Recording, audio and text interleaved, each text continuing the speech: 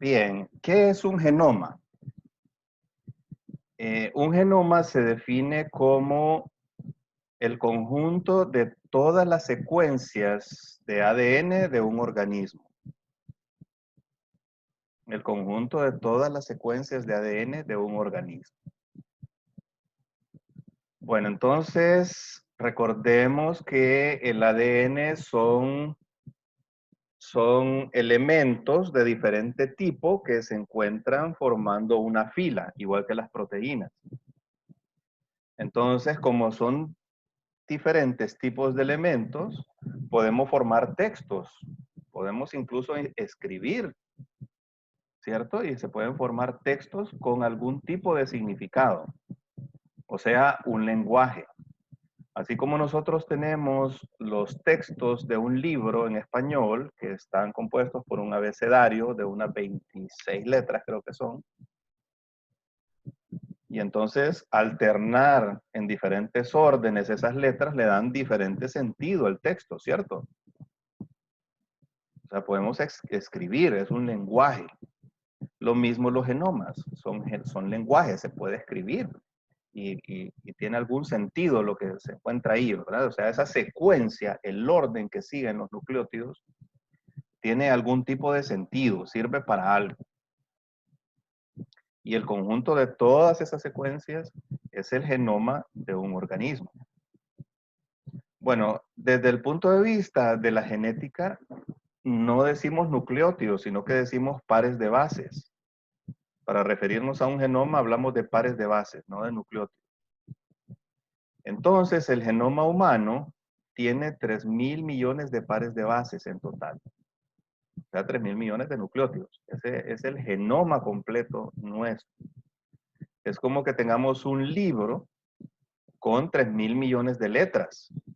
Nada más que el abecedario de los ácidos nucleicos, de los genomas, no son 26, ¿verdad? No son 26 letras, sino que solamente son 4.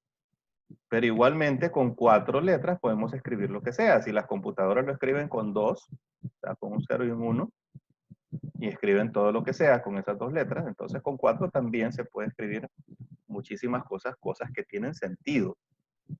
De hecho, en ese genoma se encuentra codificado todo lo necesario para construir un ser humano, en esas 3.000 millones de pares de bases. Bueno, entonces los genomas cambian de un organismo a otro, porque los genomas es el libro ¿verdad? De cómo está construido un organismo. Entonces va a cambiar de un organismo a otro. Van a ser diferentes. No hay dos organismos que tengan exactamente la misma secuencia de genoma. ¿Dónde se encuentra este genoma? O sea, está construido por la sustancia química llamada ADN, nada más que cuando hablamos de ADN, estamos hablando de una sustancia química y cuando hablamos de genomas, estamos hablando de la parte informática. Estamos hablando de las secuencias y cómo esas secuencias tienen sentido. ¿De acuerdo? En otras palabras, vamos a hacer una analogía, un libro. Ustedes pueden tener un libro en físico, ¿verdad? Por ejemplo, este libro, físico. Pero ese libro lo pueden tener en digital también, ¿cierto? ¿De acuerdo? Lo pueden tener en digital. El libro sigue siendo el mismo, el significado sigue siendo el mismo, pero la sustancia, el soporte donde está ese libro es diferente. ¿Por qué? Porque lo importante es la información que provee. Es la parte informática. Entonces lo mismo un genoma. Podemos tener un genoma ahí en el ADN, o puede ser que secuenciemos ese genoma y lo escribamos en una computadora y lo metamos en un disco duro y sigue siendo el genoma, porque es información.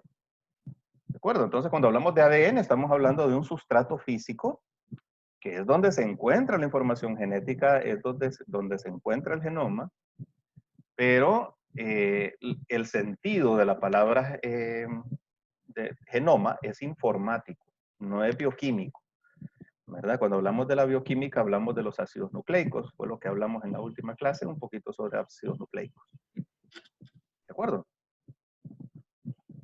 Bueno, entonces, ¿dónde se encuentra este genoma? Se encuentra ahí en el ADN y el ADN se encuentra empaquetado formando cromosomas. Y estos cromosomas se encuentran en el núcleo celular.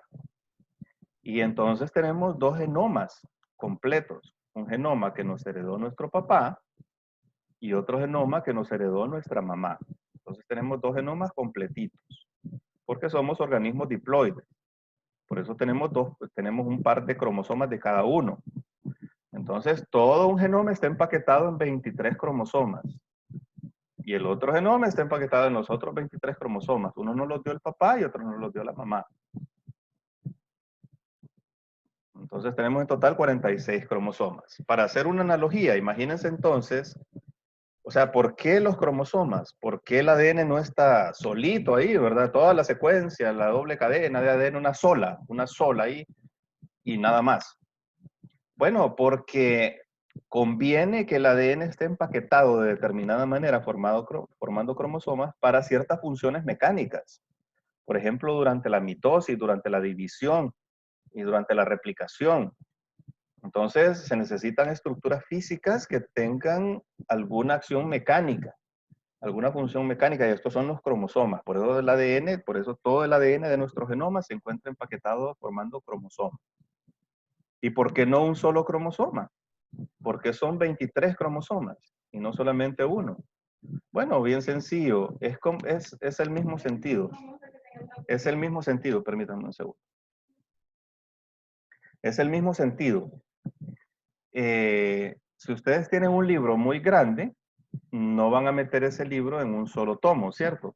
Por ejemplo, una enciclopedia no la van a meter en un solo tomo, sino que la van a tomar en varios tomos porque son más fáciles de manejar. Entonces, el mismo sentido tiene empaquetar todo ese ADN, no en un solo cromosoma, sino que en varios cromosomas, porque cada una de estas estructuras es pequeña y más fácil de manejar por la célula, todas las funciones de separación durante la mitosis y todo eso, ¿no? O sea, es más fácil de manejar. Por eso está empaquetado así. Pero todito está ahí. Bueno, entonces a ese genoma le llamamos genoma nuclear. Son 3.000 millones de pares de bases, 3.000 millones de letras que tiene ese libro.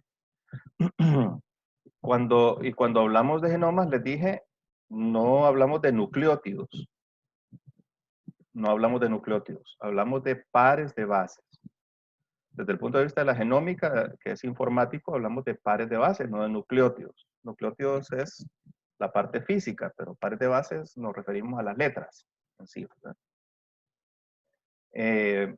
Un fragmento de ADN que tenga 1000 nucleótidos, entonces le vamos a llamar, ese fragmento va a tener un tamaño de una kilobase. Y un fragmento que tenga 1.000.000 de nucleótidos, entonces va a tener un tamaño de una megabase. Entonces así, para medir el tamaño de un ADN, entonces lo medimos en pares de bases, kilobases o megabases, ¿verdad? Esa es la terminología que utilizamos. Bueno, no solamente tenemos nuestro genoma nuclear, el que está dentro del núcleo de la célula, sino que también tenemos un genoma mitocondrial. La mitocondria tiene un cromosoma circular que solamente tiene un poquito más de 16.000 pares de bases. Es pequeño, ¿cierto? Comparado con el ADN nuclear, que tiene 3.000 millones de pares de bases y tenemos dos genomas ahí empaquetados. El ADN mitocondrial solamente es proporcionado por la madre, todo nuestro ADN mitocondrial es proporcionado por nuestra madre. La única parte que solamente da uno de los padres es el ADN del cromosoma Y, que se lo da el padre a su hijo varón, y el ADN mitocondrial que se lo da la madre a sus hijos. Ese es el único ADN que se encuentra en una copia única y solamente se transmite por uno de los padres. El resto lo ponen ambos padres, a 50 y 50. Bueno, entonces, ¿por qué las mitocondrias tienen su propio ADN, su propio genoma? Es sencillo, cuando nosotros analizamos la secuencia del ADN de una mitocondria, vamos a ver que tiene cierta semejanza con algunas bacterias. Entonces, la teoría que más se acepta actualmente es la teoría de la endosimbiosis. Hace unos cuantos miles de millones de años, en la Tierra solamente existían los procariotas, o sea, arquea y bacteria. y estos procariotas se alimentaban unos de otros. Entonces, una arquea se alimentaba de cierta bacteria y con el transcurrir de los millones de años, no fue de la noche a la mañana, sino que fueron muchos millones de años. Con el transcurrir de estos millones de años, esa bacteria que servía de alimento a esta arquea, se fue adaptando al medio intracelular hasta que entraron en lo que se denomina endosimbiosis. Fue poco a poco, ¿verdad? No fue de la noche a la mañana. Entonces, la bacteria estaba tranquila en el medio intracelular, con protección, y le proveía energía a la otra bacteria, a la arquea, porque esta bacteria era capaz de utilizar el oxígeno para metabolizar los alimentos y la arquea no, la arquea tenía un metabolismo anaerobio. ¿De acuerdo? Entonces, la arquea se benefició con la energía producida por la bacteria y la bacteria se beneficiaba por la protección del medio. Eso se llama teoría endosimbiótica. Y entonces surgió el organismo eucariota, la célula eucariota, que ya tenía características especiales. Bueno, se supone que hay otros eventos de endosimbiosis que formaron también el núcleo celular, pero el principal evento de endosimbiosis fue este, ¿verdad? Eh, que formó las mitocondrias. Ese evento fue muy importante. Ya les voy a decir por qué fue muy importante, ¿verdad? Ya ahorita que sigamos con la charla de los genomas, van a saber por qué ese evento fue tan importante. Bueno, entonces, ese gran libro de 3.000 millones de pares de bases, donde está escrito todo lo que vamos a hacer, tiene diferentes tipos de secuencias. Vamos a diferenciar unas secuencias de otras, ¿verdad? Vamos a diferenciarlas.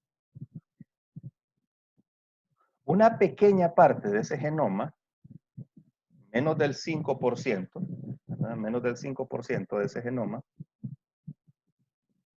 va a ser codificante. O sea, va a codificar para proteínas, lo que hablábamos en la última clase. Va a ser codificante, o sea, los genes, va a estar constituido por genes.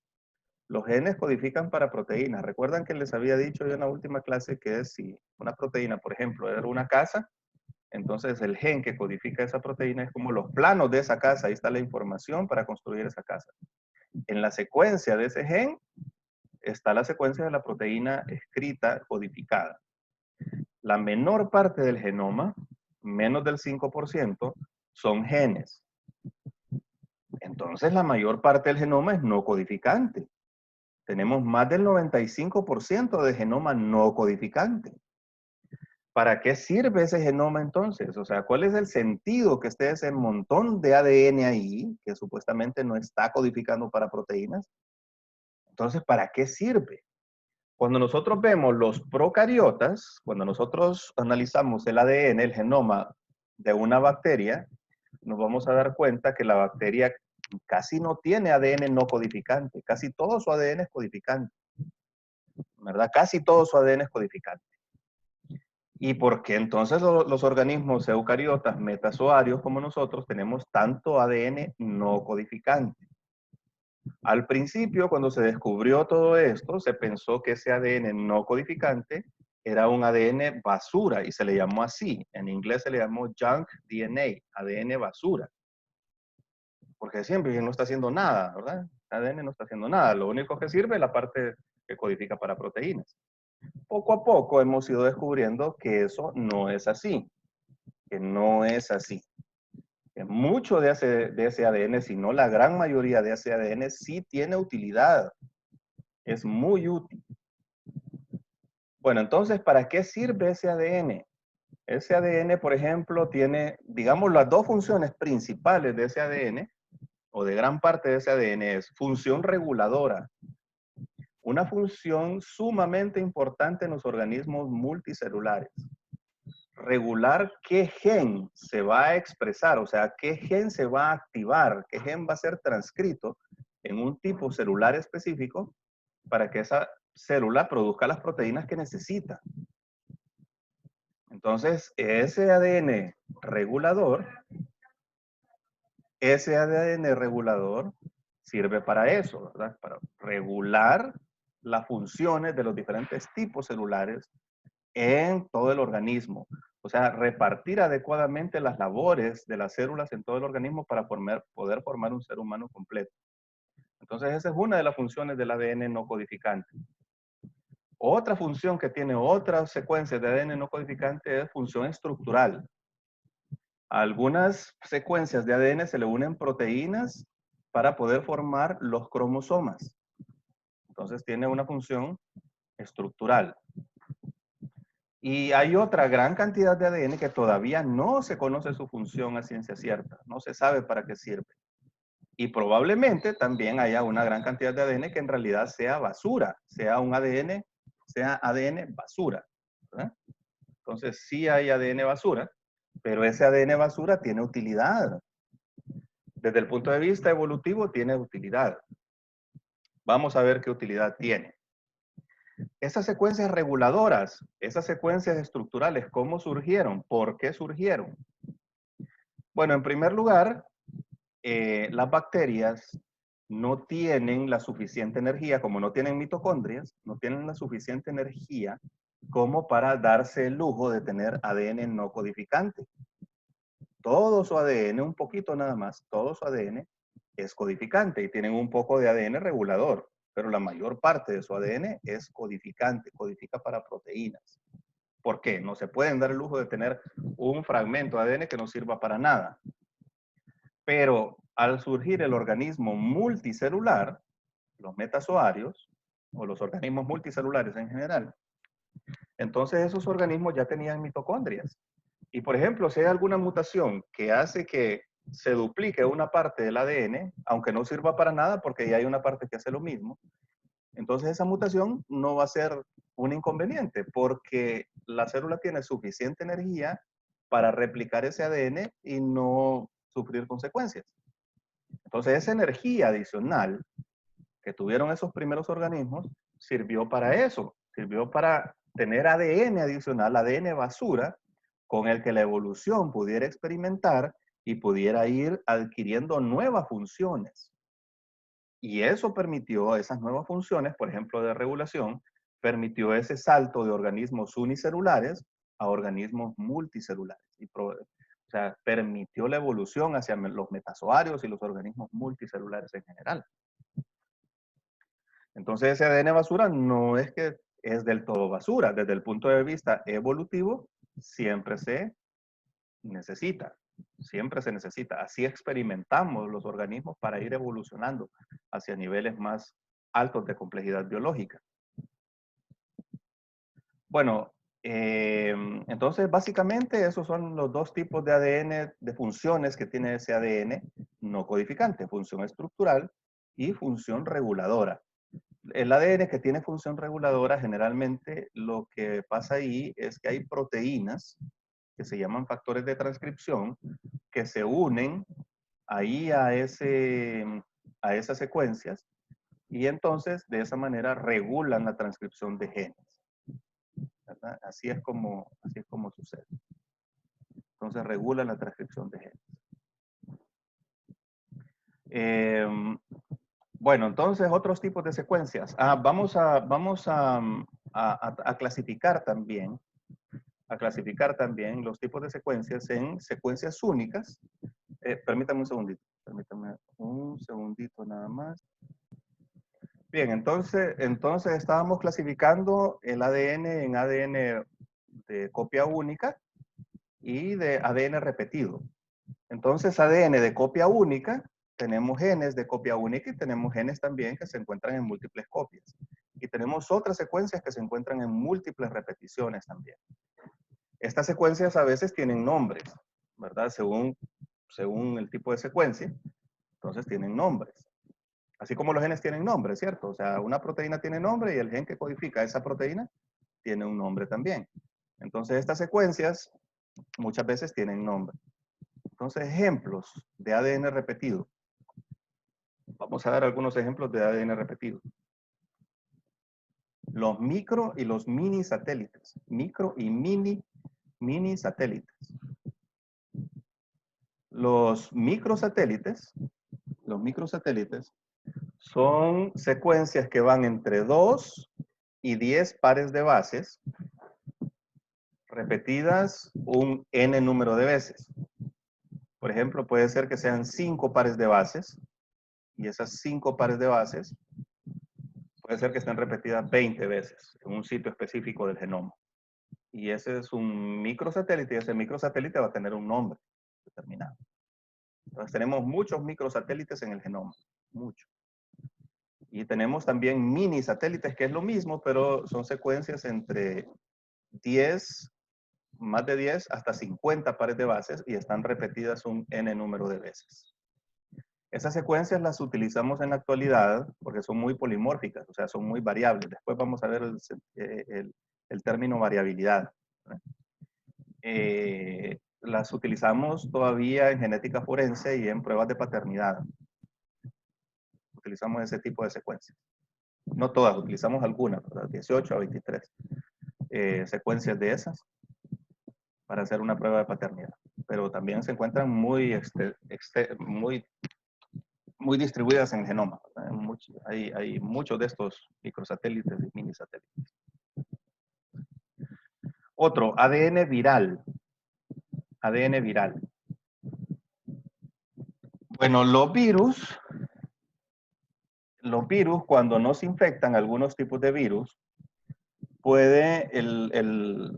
sus genes pueden ser retrotranscritos. Digamos, si es un virus ARN, puede ser retrotranscrito en un ADN y ese ADN puede ser insertado en el genoma por el virus. Eso se denomina un retroposón. Y algunos de estos retroposones se pueden copiar a sí mismos e insertarse en otro sitio del genoma, originando una nueva copia. Bueno, nosotros tenemos una gran cantidad de este ADN viral, ¿verdad? Mucho de este ADN viral. No recuerdo exactamente la cifra, pero creo que alrededor del 20% de nuestro ADN es ADN viral. Muy repetido.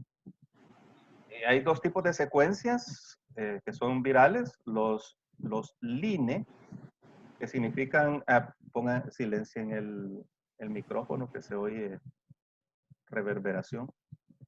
Bueno, entonces los line, que significan long interspersed elements, elementos dispersos largos, y otros que se llaman cines, elementos dispersos cortos, short interspersed elements en inglés. Entonces esos son, ese es ADN viral repetido. Un ejemplo de estos cines son las secuencias ALU, que tienen creo que como 60 millones de años de haberse insertado la primera secuencia ALU, y esa misma secuencia se ha copiado y compartimos esas secuencias con otros mamíferos. De vez en cuando una secuencia ALU se copia y origina una nueva secuencia, ¿verdad? Una mutación, que es una nueva secuencia ALU en el genoma. Últimamente, pues, se ha reconocido que estas secuencias tienen una función importante en la evolución de ciertos caracteres. Y es ADN que viene de virus, ¿verdad? Que ha sido insertado de virus. Bueno, entonces esas secuencias son muy repetidas en el genoma. Otro tipo de secuencias repetidas, vamos a ver, otro tipo de secuencias repetidas. El ADN ribosomal, los genes del ARN ribosomal. Recordemos que los genes codifican para proteínas, ¿cierto? Pero no todos los genes codifican para proteínas. Algunos codifican para ARN ribosomal y otros para ARN de transferencia. La mayor parte de genes codifica para proteínas, ¿verdad? Pero no todos. Bueno, entonces, este ADN ribosomal se encuentra en una gran cantidad de copias en el genoma. Se encuentra en muchas copias en el genoma. ¿Por qué? Porque los ribosomas, la célula necesita los ribosomas en gran cantidad porque los ribosomas son los encargados de la síntesis de proteínas. Entonces, como necesita tantos ribosomas, necesita también un montón de genes de ARN ribosomal transcribiéndose y formando ARN ribosomal para que se ensamblen con las proteínas adecuadas y formen la estructura que se llama ribosoma. Entonces, se encuentra en una gran cantidad, ¿verdad? Está muy repetido. Bueno, entonces esos son algunos ejemplos de... Ah, bueno, vamos a ver qué son pseudogenes también. En el genoma tenemos pseudogenes. Un pseudogen es un gen que no sirve. Un gen que ha perdido... Bueno, hay dos tipos de pseudogenes. Los pseudogenes procesados, que son genes de ADN viral, de los que ya hablamos, ¿verdad? Entonces no están haciendo nada en nuestro genoma. Algunas veces se presentan como protooncogenes, ¿verdad? Que originan tumores. Pero no están, en general no están haciendo nada ahí en el ADN, no se transcriben y se denominan pseudogenes procesados, vienen de virus. Y los otros son los pseudogenes no procesados. Un pseudogen no procesado es simple y sencillamente un gen que ha perdido su función. Por ejemplo, en alguna época de la evolución se utilizó ese gen para sintetizar una proteína necesaria, pero digamos que esa necesidad de esa proteína se perdió, se fueron acumulando mutaciones que hicieron que el gen perdiera su función. Y su secuencia se parece mucho a la de un gen que sí tiene función, pero este no funciona, no se transcribe. Es un vestigio. O sea, hay muchos de estos vestigios. Son como cadáveres, ¿verdad? De genes que ya no sirven, que sirvieron alguna vez, pero ahora ya no tienen ninguna utilidad. Son genes vestigiales. Así como hay órganos vestigiales, o sea, órganos que ya no nos sirven, que alguna vez nos sirvieron en la evolución, ¿verdad? Pero ahora ya no nos sirven. De esa misma manera hay genes que alguna vez nos sirvieron, pero ahora ya no nos sirven. Entonces ya no se transcriben y ya no sirven. ¿De acuerdo? Son genes vestigiales. Hay un montón de genes de ese tipo, de pseudogenes en nuestro genoma. No es que no sirven del todo, porque recordemos que todo lo que es genoma puede servir para experimentación posterior, evolutiva, y puede tomar funciones diferentes. Pero en este momento, o sea, cuando decimos que un gen no sirve es porque no se transcribe, ¿verdad? No está produciendo la proteína. Bueno,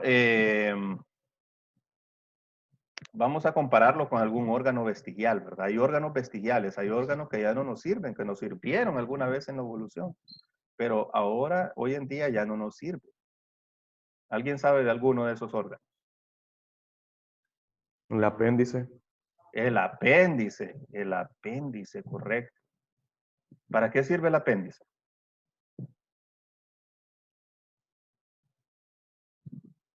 ¿Para qué sirve? ¿Alguien tiene alguna idea para qué sirve el apéndice?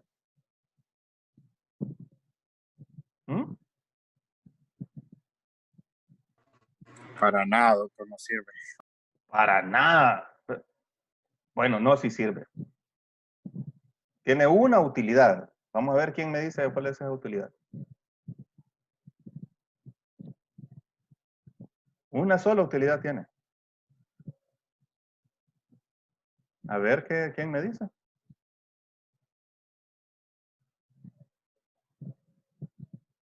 Nada, ni idea. Bueno, la única utilidad del apéndice es que cuando ustedes sean cirujanos, pues puedan tener su cuota mensual para el carro y para la casa, ¿verdad? Entonces, es útil, es útil. Los que van a estudiar cirugía, entonces van a comer de los apéndices. Yo no tengo apéndice. O sea, para mí no me sirve para nada, nunca me ha servido para nada y yo no siento diferencia entre tener apéndice y no tener apéndice. O sea, si me faltara un brazo, yo diría, ay, mi brazo, que extraño mi brazo. O un ojo, ¿cierto? O un corazón. Algunos dicen que no tengo corazón, pero no es cierto, o sea, sí tengo. Bueno, ahí van a juzgar ustedes después, si tengo o no tengo corazón. Pero el corazón sí sirve, ¿cierto? O sea, nadie puede vivir sin corazón, pero sin apéndice. O sea, Doctor, ¿ah? Dicen que, por ejemplo, he leído que el timo ayuda como para la estimulación en los linfocitos T, pero cuando es niño, pero ya después ya no tiene ninguna No, pero función. el timo sí sigue usándose. El timo sí sirve para la función inmune. ¿Verdad? El timo sí. El timo no es vestigial. El timo sí, ahí maduran los linfocitos T. Entonces, no, ese sí El sirve. coxis creo que es otro que no sirve. El Es coxis, el último de la columna. bueno, tal vez nos quitan el coxis y no sentimos nada, ¿verdad? O el dedito chiquito del pie, ¿verdad? ¿Para qué sirve el dedito chiquito del pie? Solo para golpearse en la silla. De ahí nada más. O en la cama. Pero de ahí para nada más sirve. ¿Cierto? O sea, son órganos vestigiales. Los músculos de las orejas, ¿verdad? Que los animales lo mueven, algunos animales lo mueven así, ¿verdad? Así para orientar, porque orientan la oreja hacia donde viene el sonido. Y entonces algunos todavía tenemos esa capacidad, ¿verdad? Porque tenemos genes de otras cosas, ¿verdad? Entonces, no sé. De- no sé. Los gatos, ¿verdad? Orientan, permítanme un segundo.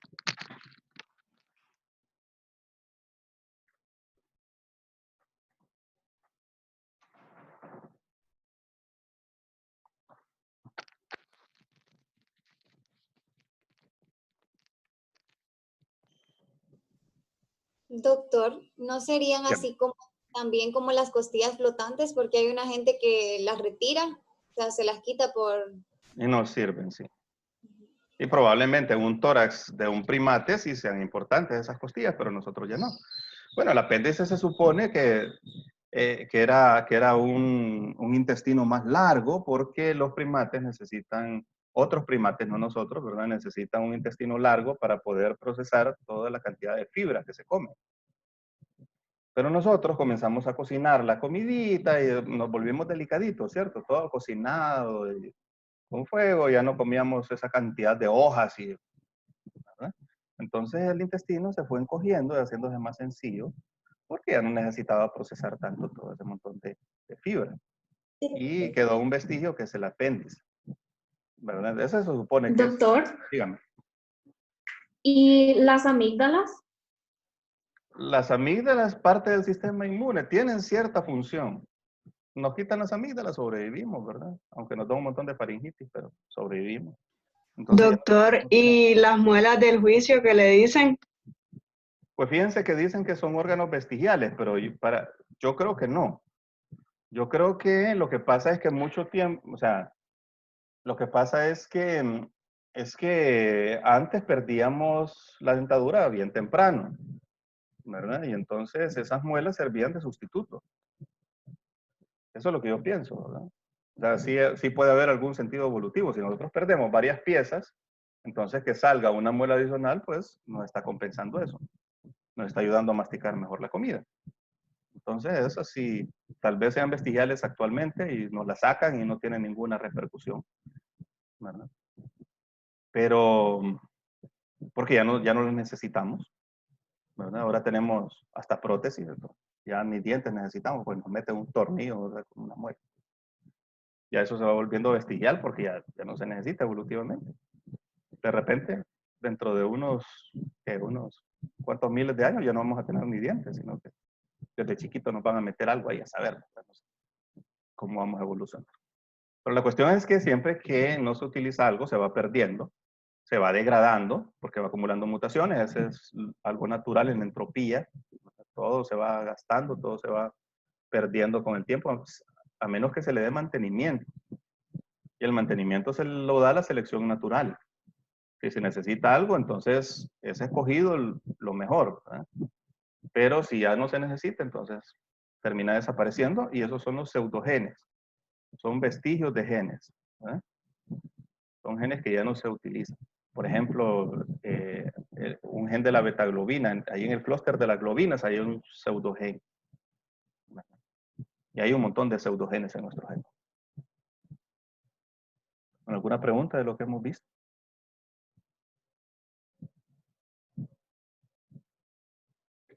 Bueno, entonces lo vamos a dejar hasta acá porque con la otra sección vamos por acá también. Y entonces para mantenernos igual, ahí les dejé En la plataforma les dejé un artículo que es de las funciones del ADN, que dice ADN disco duro de la vida. Entonces, en ese artículo están las funciones del ADN. Y también les dejé un link al libro Superorganismo Universal que vamos a comenzar a leer. Vamos a leer para este parcial la introducción y la primera parte, ¿verdad? Para este parcial. Bueno, entonces eso es todo por hoy. Nos vemos mañana a la misma hora y por el mismo canal. ¿Tienen alguna pregunta sobre todo esto? ¿Tienen alguna pregunta? Mañana vamos a hablar un poquito sobre, antes de entrar a hablar de las funciones del ADN, vamos a hablar un poquito sobre el proyecto Genoma Humano, ¿verdad? O sea, la secuenciación de todo nuestro genoma. Vamos a hablar de eso. Entonces, acuérdenme, eso es lo primerito que vamos a ver mañana antes de entrar a ver funciones del ADN. Bueno, entonces nos vemos mañana, muchachos. Que tengan un feliz día. Nos vemos, doctor. Vemos. Feliz día. Bueno, doctor, buen día. Nos vemos, doctor.